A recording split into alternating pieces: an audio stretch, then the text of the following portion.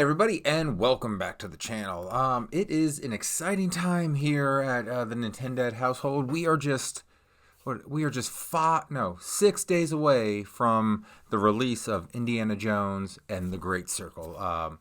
I'm not paying the $35. As big as an Indiana Jones fan as I am not paying the $35 to play the game a few days early on Game Pass. I'm just going to wait for it. I have a huge backlog, like I mentioned in the podcast, so I don't need to get this game early. I need to get through my backlog, which the backlog video is coming very, very soon. I might even record it after I finish this video up. But yeah, as I've been so positive and so excited for the Indiana Jones and the Great Circle because the trailers have all looked great. It's being made by Machine Games, who many of you know have done all like the Wolfenstein games over the last few releases, and they've been phenomenal. So it's going to be a home run, right? Right. Well, some people don't think so. This morning, while I was having my morning coffee and going through some emails, I was just kind of flipping through YouTube just to find something to watch. Pretty much had watched everything out of my subscriptions. So I was just kind of like, okay, I need something to watch. I'm just going through, and I come across this one video. And this is not like I don't do video hit pieces. I'll respond to certain things that I see online, but I'm not going to call people out or anything like that because mostly that always just ends badly for everybody. Like fans of each channel will start attacking each other, and I don't want that. So I'm not calling out the video or anything like that. But it was a video that I came across, and it was just complaining about DEI in Indiana Jones and girl bosses and things like that. And just, I've seen a couple videos from this channel before, and where sometimes this person raises good points about identity politics in video games. You can see that's their niche. And so they're going to try to find it in any big AAA release because that will get views and get clicks and things like that. And it's something I don't do here on the channel because, again, this is not my full-time job. And I also want to be realistic with people. I don't want to put on a persona of falseness to try to generate views and clicks. I would just rather give you my honest opinion on everything.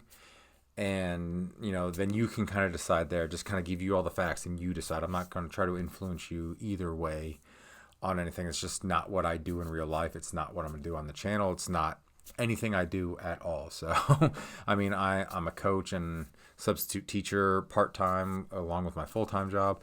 So it's just one of those things. I help mold young minds, and I've always taken great responsibility in that, to where I'm not going to put on a false persona. I'm just going to state facts and things like that and just try to make the world a better place, a more positive place. That's what we do here on this channel. We try to make a positive world out there. So I was watching this, and it was like a DEI disaster, girl bossing, things like that. And I mean, first and foremost, when I watched the video, the presenter has not played the game. The tweets that he reads are from people who have not played the game. So it's one of those things, like, how can you really say these things are in the game if you haven't played it yet? I've always been wary of anybody who starts complaining about a game they haven't played yet. Just because you haven't played it, you haven't experienced it. Like, there might be things you dislike in that game or that you saw in the trailer, but until you actually experience the game, and it extends to movies and books and things like that, any kind of entertainment, you can't really pass judgment on it. Like, I've looked at trailers for movies and games, and it's like, I don't think that's for me. And then sometimes I end up playing them because they come to Game Pass, or I've seen reviews from people I like, and they're like, oh no, this is a really good game, and I get it for a good price, and I'm like, oh shit, this is a really good game, and just really enjoy it. So I mean, you can't really judge something until you've tried it out. So I mean, there's that, but also some of the tweets this person was citing. One was by Grums, and Grums, I don't want to. He's a pot stirrer. Like, he's a professional pot stirrer. He really has found a niche with the identity politics in games to generate clicks and engagement on Twitter. But at the same time, like, sometimes he just makes shit up for a narrative he wants to, propagate. Like, just recently with Dragon Age Veilguard, he leaked a NDA from Matty Plays for his review of Dragon Age: The Veilguard, and both Matty and Colin Moriarty, who runs Sacred Symbols and stuff like that. Definitely give both of them check their channels. I shouldn't say give them a subscribe.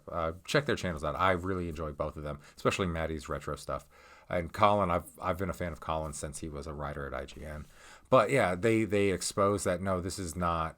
Not only is it not an NDA they had to sign for Dragon Age, but also not even like a good fake NDA. So it's just one of those things. It's like you do have to be wary what you hear online, kind of thing like that. And the other Twitter user, and I didn't write down the name, and I wouldn't show the name anyways, because again, I'm not all about people watching my videos and then attacking others or anything like that. I know I called out Grums, but people know who Grums is. He's very very well known in the video game community, so that's not a big deal. This other one I'd never heard of, but they're like their Twitter handle was definitely showed what side they are on in the identity politics battle in video games. So it's kind of like they're obviously going to have a bias, and I've never heard of this person before, so that person is definitely not a reliable source.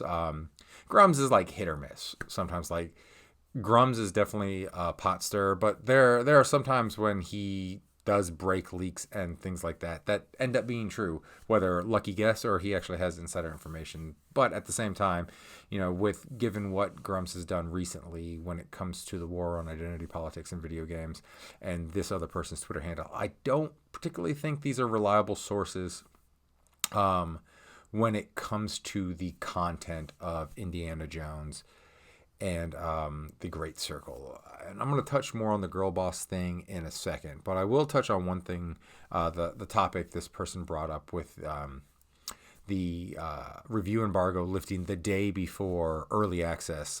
So December 5th is when the review embargo lifts. And honestly, that's not the best kind of news to hear if you're excited about a game.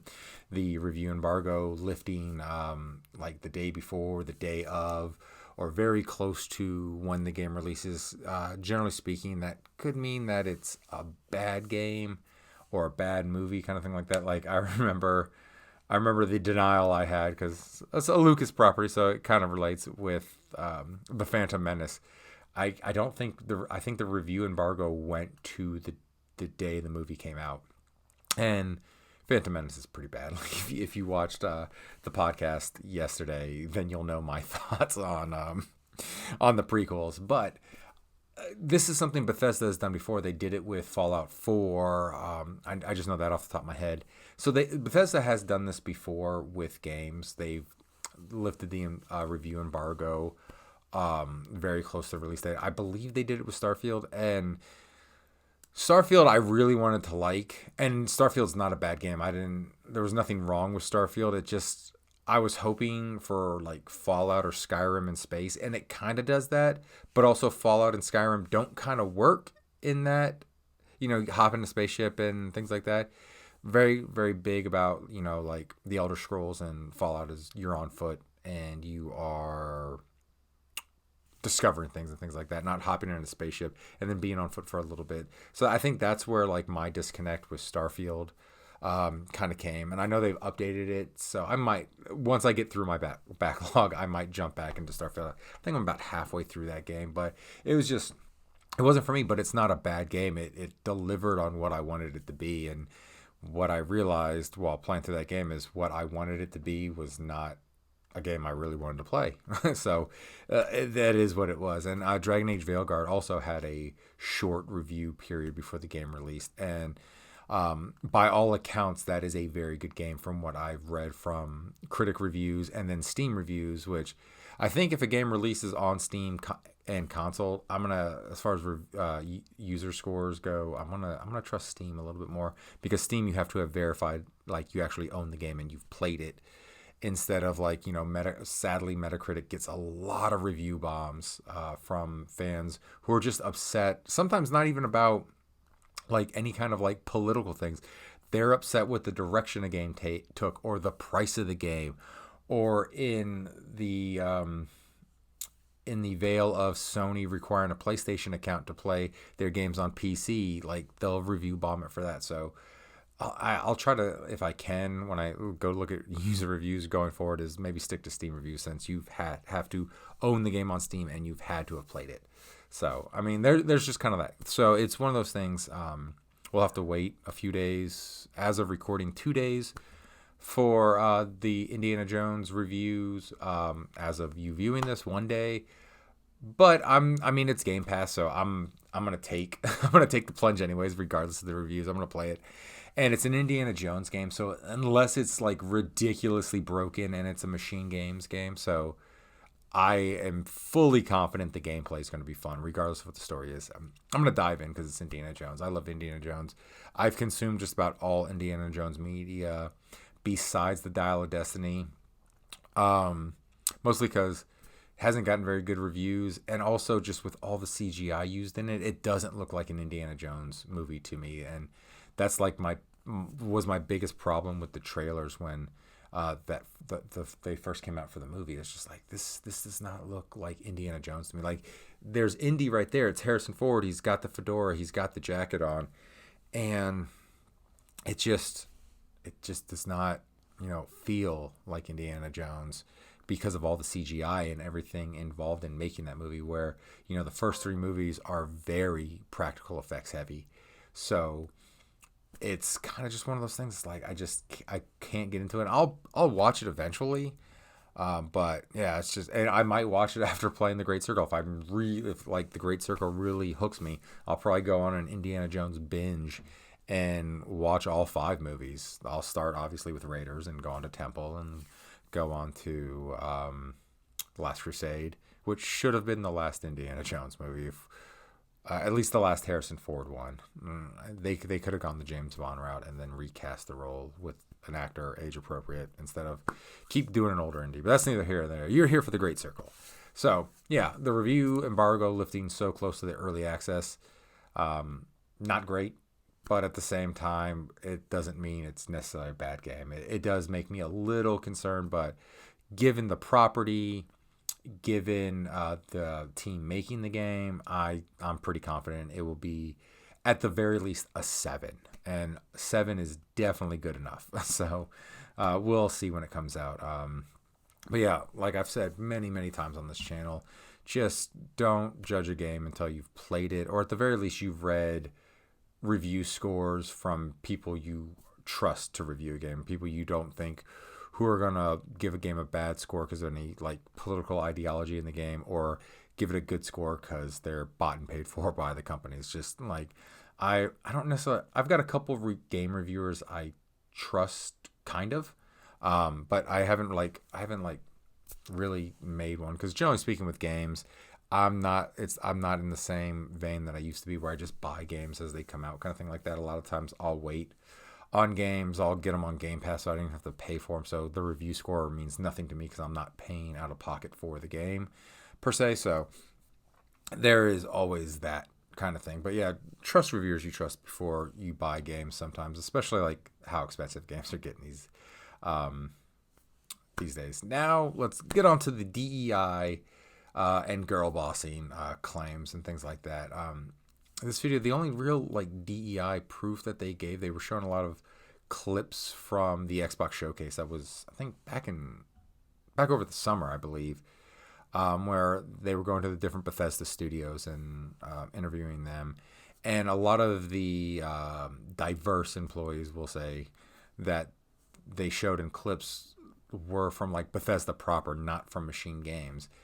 And it's one of those things, like, just because someone, identifies like gender wise, sexuality wise, or if they're, they're God forbid, a woman in video games, doesn't mean they're going to like insert identity politics into a game. I mean, none of that means that. Like, it really doesn't mean that, because I mean, I am friends with a lot of different diverse people, and a lot of my friends in that LGBTQ plus area, I don't know if that's the right term, I don't know, I don't mean anything by that, but my LGBTQ plus friends, absolutely none of them are very forceful with their identity politics or anything like that. Like, not in person, not online. I mean, they might call out like assholes online periodically, but they're never like, oh, I'm injecting everything about who I am into everything, kind of thing like that, because that's just not how real people are. There are people like that, don't get me wrong. We've seen it in movies. We haven't seen it in gaming as much as people like to think, as much as people want to yell and scream about because it gets clicks and views. But it does exist, so I mean, it is something. But at the same time, again, like, I don't think any of these employees shown in these quick clips were Machine Games employees. So it's irrelevant of how those people might identify in video games. And I mean, we even have proof with a couple Bethesda releases since that showcase, where identity politics is completely absent from games. So I mean, that's not a good basis for that. Like, Bethesda, none of their studios have inserted any kind of identity politics into games. So to say that it's going to happen with Indiana Jones is a bit far-fetched, especially when Todd Howard, the executive producer and face of Bethesda games, he's a huge Indiana Jones fan, and he's been heavily involved in this game, which is something I don't think he's done with any machine game property. Like, because he's the head of Bethesda Studios, like, he's one of the executive producers, he might get a credit in games, just like, a lot of producers do, even though if they don't do anything on a particular game. But Todd is definitely involved in this game, and I can honestly say, as a fellow Indiana Jones fan, I'm willing to bet good money. Like, I don't know for sure, but I'm willing to bet good money Todd wants this game to be as close to like the original 80s Indiana Jones movies as humanly possible. So, I mean, Indy's fighting Nazis, so if he makes any comments about Nazis, it's not about Trump like a lot of people want to believe. It will be about legitimate Nazis. So there is that. So I don't think we have to really worry about any kind of identity politics or anything anyone dislikes going into that game. I think Todd is going to want to keep this as a true Indiana Jones experience as possible. And I mean, everything from the trailers has said that's what it's going to be, kind of thing like that. So I'm not worried about that. And now on to the girl boss accusations. Again, haven't played the game yet, so don't know for sure. But I mean, if you look at especially the original 80s movies, Indiana Jones has had strong female sidekick characters along for the adventures in all of them. Marion, just a straight badass. Like, we literally get introduced to her drinking a giant man under the table. Elsa, even though she ended up being a Nazi, which sucked, she was a strong, capable, smart archaeologist. And so it's like she was right there with Indy. Marion was right there with Indy for 2 movies, and kind of playing the damsel in distress every once in a while, but also handling their own kind of thing like that. It's just a weird thing to like say like, oh, there's a girl boss in the game, when like 2 of the 3 original Indiana Jones movies had like what people would call girl bosses these days. But because it's from movies that they loved as kids, they don't say that, even though it's very similar to a lot of girl bosses these days. It's because it's something they like and they loved and enjoyed long before they developed this identity online to get clicks and views, to call these things out. So it's kind of weird. Like, really the only real damsel in distress in Indiana Jones movie was Willie from Temple of Doom. Like, Willie wasn't a very strong character. She had strong opinions and she was loud. And honestly, like, Temple of Doom is a good movie, and I don't even think it's the character of Willie. It's the actress who plays her is so whiny in the movie that it grates on me, which is why Temple is my least favorite of the original 3. Though it's not a bad movie by any means. It's just when Willie's on screen, I'm just like, oh, it's like nails on a chalkboard, her voice sometimes. But yeah, so to try to call this new character Gina a girl boss without even playing the game yet is just ridiculous. It's one of those things, like, play the game first. Like, she might be, like, one complaint I have heard about Dial of Destiny is, I can't think of the actress's name, but the one from the stand-up comedian Amazon throwback show, which I don't even know the name of. But yeah, that was a complaint I heard a lot of the new Indiana Jones movie. Is like they kind of made it more her adventure than Indy's adventure, kind of thing like that, and that rubbed people the wrong way. But I don't think that's gonna happen, because you play as Indy in this game. So this character, if they take over at all, it's probably more of a guide character to like point you in the right direction when she's around, kind of thing like that. More of a player assist than an indie assist, kind of thing like that. But again, we haven't played the game yet, so we don't know. Reviews aren't out yet, so we don't know how this character is. The first impressions that Bethesda and Microsoft held for a lot of different gamers have all been, what I've seen, I should say, not have all been, but from what I've seen, have been pretty positive. Like, it's a fun game experience, so and that's what I'm looking for in it. Like I've always said, when it comes to video games, the gameplay and mechanics being a fun game should come first, story second, and then everything else is just kind of left over, thing like that. And when you look at most video game stories, even some of the best, it's just kind of like it's an okay story, but it's a fun game, so we overlook those plot holes and things like that. But yeah, so I mean, like I've said, for me as well as the estimated 34 million Game Pass subscribers, we can play and try this game out risk free, basically. So we don't have to worry about dropping. I think this is a $70 game. We don't have to worry about dropping $70 for the game. We can just play it and enjoy it. Like, my thought on this game is, if I really, really like this game, I think I'm going to pick up the collector's edition if I can get it on sale after the fact. If not, so be it. I will probably eventually get a physical version of the game just to put in my collection on the shelf, because I love Indy, Anna Jones so much, and it probably will go back there with all the Indy stuff and not on my Xbox game shelf. But yeah, so it's like, before we dunk on the game, let's wait for reviews to come out, and let's just wait to play the game. I mean, it's on Game Pass. Like, this person said, because the file size, I think, is like 131 gigabytes, he's like, I don't know if I want to delete games to make room for that. Well, odds are you don't have to delete anything, because pretty much every gamer these days, if you're a serious gamer, you have an external hard drive hooked up to your systems to move games around. I mean, I've already done that to make room for Indiana Jones once I heard what the file size was. And when I was doing that, I was looking at most of my Series X games. Like, they start at 60 gigabytes, and a good chunk of them are well over 100 gigabytes right there. So it's not even like this is an unusual size for a game. I mean, it's on the large size, don't get me wrong, but a lot of modern AAA games are over 100 gigabytes. So, I mean, it's not that big of a deal. And, you know, if it's a digital purchase or a game you have on disc, you can delete it and re-download it later.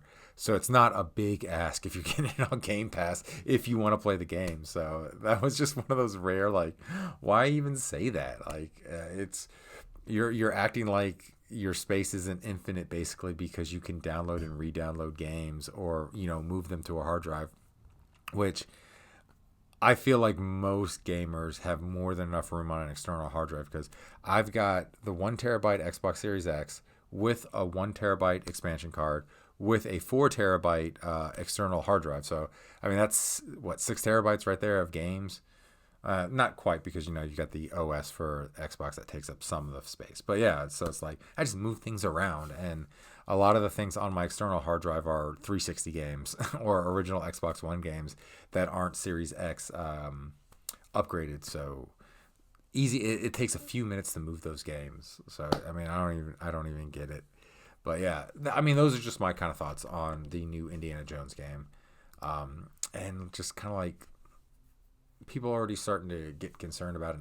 I don't know. It's just weird. It's just kind of like slow news week because of the holiday. So we got to try to drum up some sort of drama to get clicks and things like that. And I kind of think it's ridiculous, especially because, yes, review embargo not lifting until the day before the game goes live for early access is somewhat alarming. I'll give this video that. It's one of those things that's like, oh man. But in this day and age, when it's like most pre-orders are digital pre-orders these days that you can easily cancel, kind of thing like that.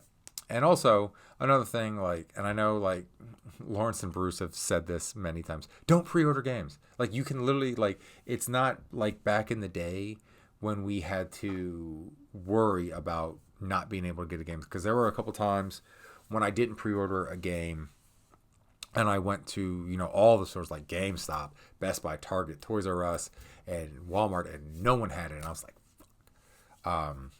But that's not the case anymore. Like, if you want a physical copy of a game, it may or may not sell out like locally for you because of the way distribution is these days with physical media. A lot of stores don't carry them, so I mean that might be a problem. But you can always get it digitally, and you can download it. You don't have to pre-order. Like there's most. It's kind of funny. Most pre-order bonuses. Like I've bought games years after they came out, and the little pre-order bonus slip is in that game, and I get the pre-order bonus. I mean, that might not be the case digitally, but also most pre-order bonuses are dumb. Anyways, they have almost no effect on the game. Most of the time, it's like some sort of cosmetic skin that you're not gonna use. Because I can't think of the only pre-order bonus I can think of that I've recently used was in Alan Wake 2. I've changed the skins of my guns for the characters because the pre-order bonus skins look cooler. But I did that like halfway through the game because I didn't realize it was there, kind of thing like that. So it's just one of those things like don't pre-order games. Just wait till they come out. Wait to read reviews, and then like there will be reviews before games come out. Like they've already reviewed the copy. So even if you have to wait till 12:01 because you had to read an article real quick, you can still get the game on launch. You can just download it or the next day go to the store.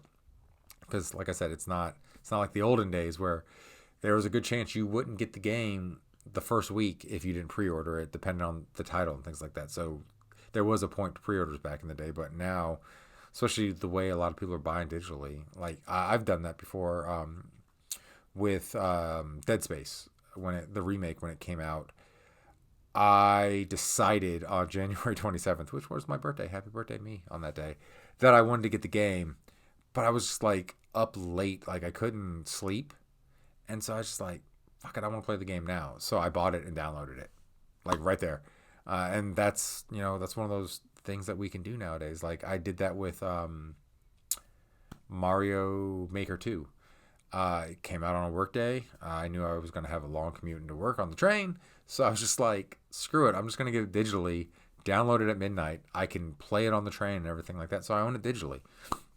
So yeah, don't pre-order games. Just wait till they come out, read a review, and then decide. There's no reason to pre-order games. So that way you don't get burned. Like you can read the review and like, oh, it's a bad game, darn. And, just not download it, not buy it. So I mean, that's just my little soapbox there on pre-orders and things like that. But yeah, I'm still excited for the game. None of this, and I mean, a little biased because I'm a big Indiana Jones fan, but none of this deters me. I mean, especially because it's on Xbox. So it can get a bunch of 2s and 1s. I've still got it pre-downloaded for Game Pass. I'm still going to play it and stream it when it comes out, and I'll give you my opinion when I'm playing it.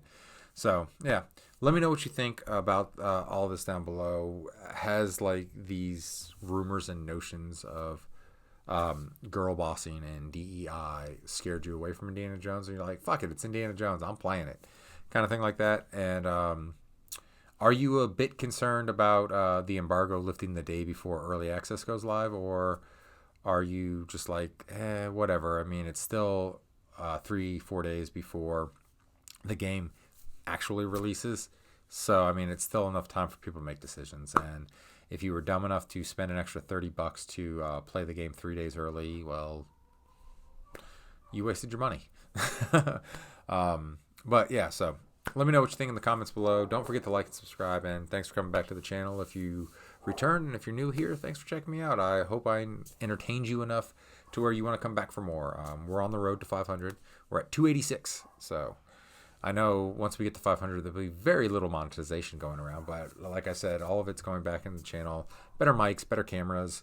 I mean, I will buy games with it because the whole thing about this channel is playing video games. So, I mean, it would be used to buy games. So, I mean, that does benefit me personally as well as the channel. But, I mean, the more money I make on games, the more games I can buy that maybe I wouldn't intend to buy, and I can play and stream for you guys and review and things like that. So, on the road to 500, we're slowly getting there. We're almost there.